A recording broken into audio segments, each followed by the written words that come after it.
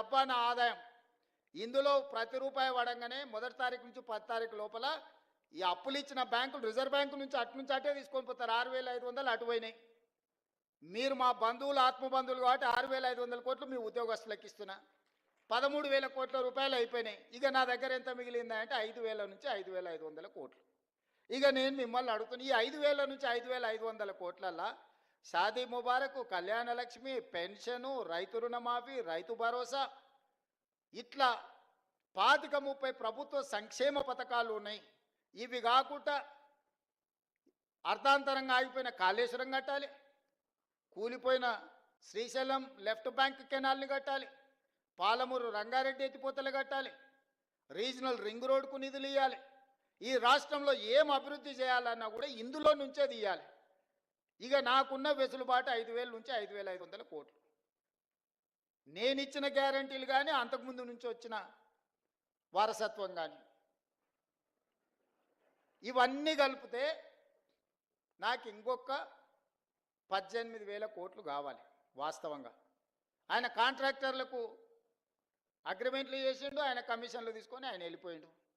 ఇవాళ వాళ్ళ పేమెంట్లు నేను వచ్చి కూర్చున్నప్పటికీ 42,000 పేమెంట్లు బకాయిలు పెట్టిపోయిండు ఈ కాంట్రాక్టర్లకి. ఇక విద్యుత్ శాఖ ఇవన్నీ మళ్ళీ పక్కన పెట్టాలి.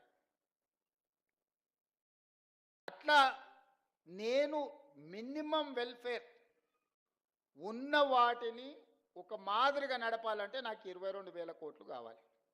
22,000 కోట్లు నాకు వస్తే ఇప్పుడున్న కమిట్మెంట్స్ ఏదైతే వెల్ఫేర్లో ఇప్పుడు నేను చెప్పిన రైతు భరోసా కావచ్చు, లేకపోతే ఆర్టీసీ బస్సు కావచ్చు, లేకపోతే ఉచిత కరెంటు కావచ్చు, ఇంటికి సిలిండర్ కావచ్చు, రాజీవ్ ఆరోగ్యశ్రీ, ఇట్లా ఇవన్నీ కలిపితే 22,000 కావాలి. 22,000 అంటే 13,000 ఇవి తీసేస్తే 9,000 కోట్లు ఉంటే నేను ఇవన్నీ సమన్వయం చేయగలుగుతా 15 తారీఖు లోపల.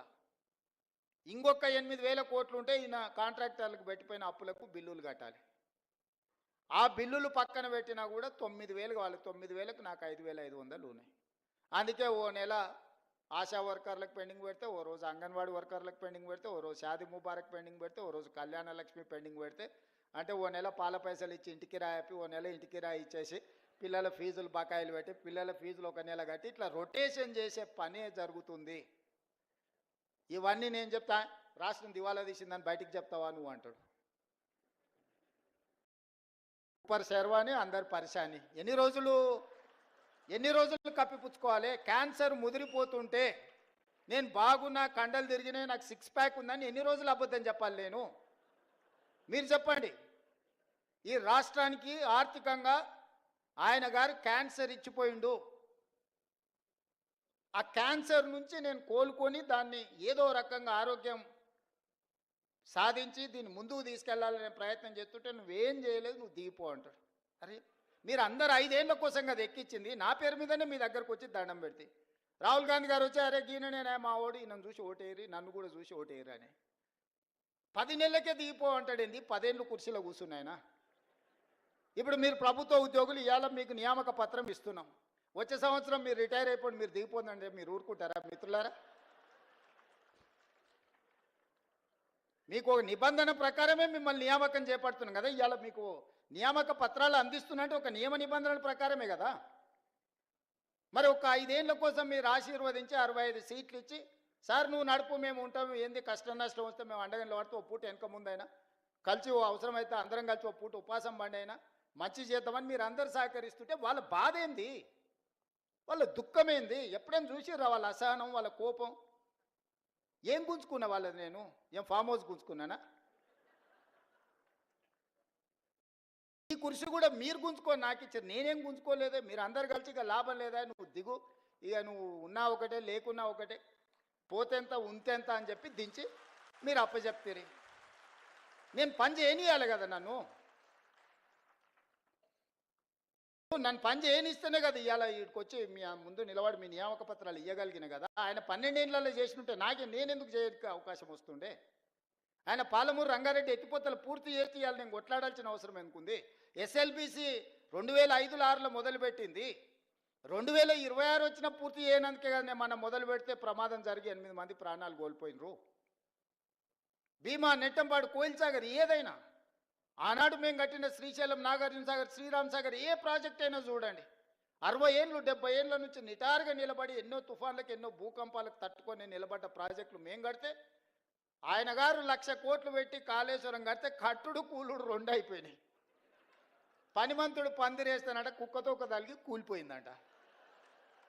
దానికి మేము కాళేశ్వరం కట్టినాం. మేము కాళేశ్వరం కట్టాం. అది కాళేశ్వరం కాదురా నాయన, కూలేశ్వరం ఎప్పుడో కూలిపోయింది.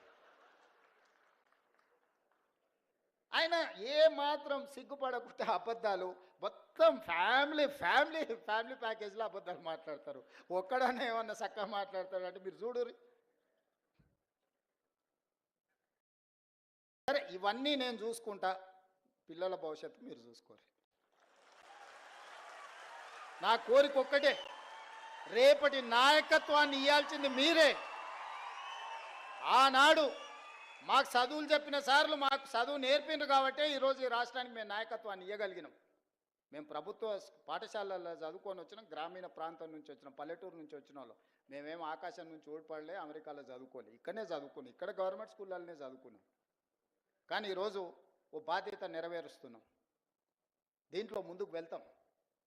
ఇందులో ఇట్లాంటి ఒడిదుడుకులు వచ్చినప్పుడు మేము ఎదుర్కొంటాం. అవసరమైనప్పుడు మీరు సహకారం అందిద్దురు. రేపటి భవిష్యత్ తరాలను నిర్మించడానికి మీ సహకారం అవసరం మిత్రులారా.